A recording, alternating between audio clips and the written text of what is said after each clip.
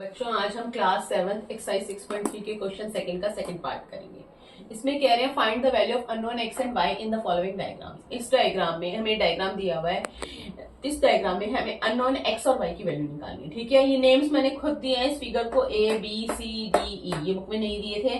ठीक है, ताकि इजीली क्लैरिफाई कर सकूं मैं। अब सबसे पहले गिवन क्या है क्वेश्चन में, हम वो लिख सकते हैं। लिखना है हमें ए बी सी गिवन है एंगल 50 डिग्री का, और angle E A D given है 80 डिग्री का। ठीक है, अब फाइंड आउट क्या करना है, हमें निकालना क्या है, value of X and Y. ठीक है, उसके बाद सॉल्यूशन करते हैं। अब जब हमें दिख रहा है ये ट्राइंगल है, इस ट्राइंगल में हमारा ये वाला एंगल 80 डिग्री है, तो इसके सामने वाला एंगल, ये angle E A D is equal to angle B A C होगा। क्यों?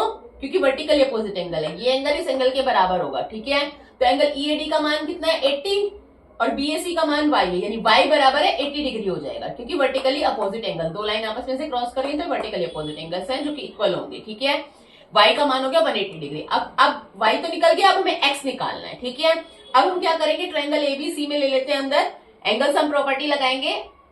एक ट्रायंगल के तीनों एंगल्स का सम कितना होता है, 180 डिग्री। ठीक है, पहले मैंने लिखा ABC plus BAC plus angle BCA equals to 180 degree, यानी sum of all angles of a triangle is equal to 180 degree. इसको angle sum property of a triangle भी बोलते हैं। ठीक है, तो अब मैंने वैल्यूज पुट करना शुरू किया इस इक्वेशन में। ठीक है, एबीसी का वैल्यू क्या है, 50, बीएसी की y है, बीसीए की x है। अभी y का मान हमने ऊपर निकाला है। ठीक है, निकाला है ना यहाँ पे 80 डिग्री, तो यहां से मैंने y की वैल्यू पुट कर दी 80 डिग्री। ठीक है, 50 plus 80 plus x is equal to 180 degree. अब 50 और 80 को मैंने प्लस किया, 130 आ गया, plus x is equal to 180।